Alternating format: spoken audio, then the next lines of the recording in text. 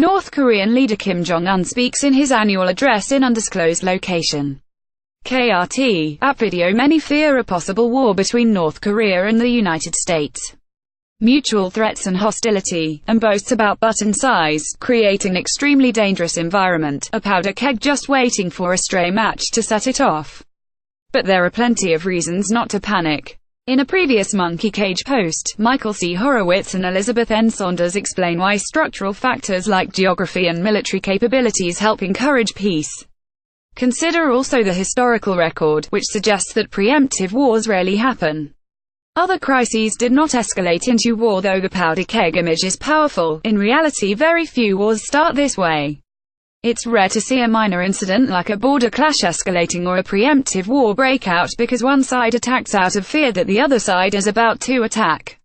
About 20 years ago, I wrote that since 1816, preemptive wars have almost never happened. Further, many dangerous international crises, like the Berlin Crisis in 1958–1961 or the October 1962 Cuban Missile Crisis, did not escalate into preemptive wars. More recently, the 1994 scare over a second Iraqi invasion of Kuwait did not prompt U.S. preemption. Chinese missile tests off the coast of Taiwan in 1996 did not spark war.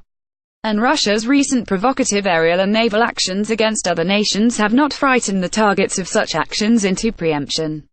Why don't preemptive wars happen? Simply, preemptive wars just aren't that tempting. Leaders usually subscribe to Otto von Bismarck's observation that such wars amount to committing suicide out of fear of death. Why cause the very thing you hope to avoid? Is a preemptive war over North Korea likely? Not really. Strategic theory suggests that if you really think the adversary is about to attack, and you really think there is an advantage to attacking first, then preemptive war becomes more attractive. Happily, neither condition exists between the United States and North Korea. Most importantly, neither side is likely to preempt because neither side really thinks the other will attack first. The US-North Korean relationship is actually far more stable than most people think. Both sides understand that there is a very wide, bright line separating begrudgingly acceptable behavior from truly unacceptable behavior, the type of actions that might justify escalation to war, acceptable if undesirable, North Korean missile and nuclear tests, US-South Korean war games, espionage, minor military actions against South Korea, limited naval clashes, tourist abuse, cyber attacks, belligerent rhetoric and economic sanctions. Unacceptable, US airstrikes on or invasion of North Korea, or North Korean missile attacks on South Korea, Japan or any US territory. Each side knows that as long as it stays on the acceptable side of the line, the other will be unmotivated to take the hugely costly step of launching a war. One side might preempt if it thought the other side was about to take an unacceptable action. However, each side knows that the unacceptable options remain unappealing to the other side, reducing motives to preempt.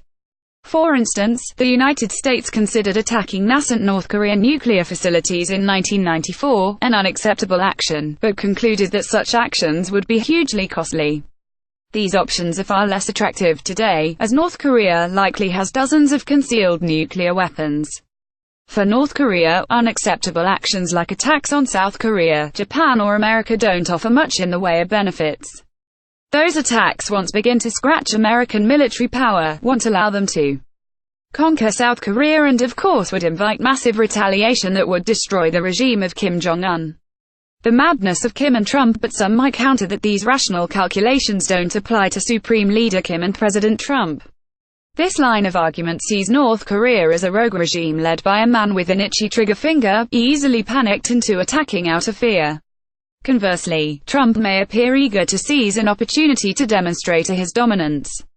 But what does the historical record suggest? North Korea is a harsh and well-armed regime. But it is predictable and rational, including under Kim Jong Un.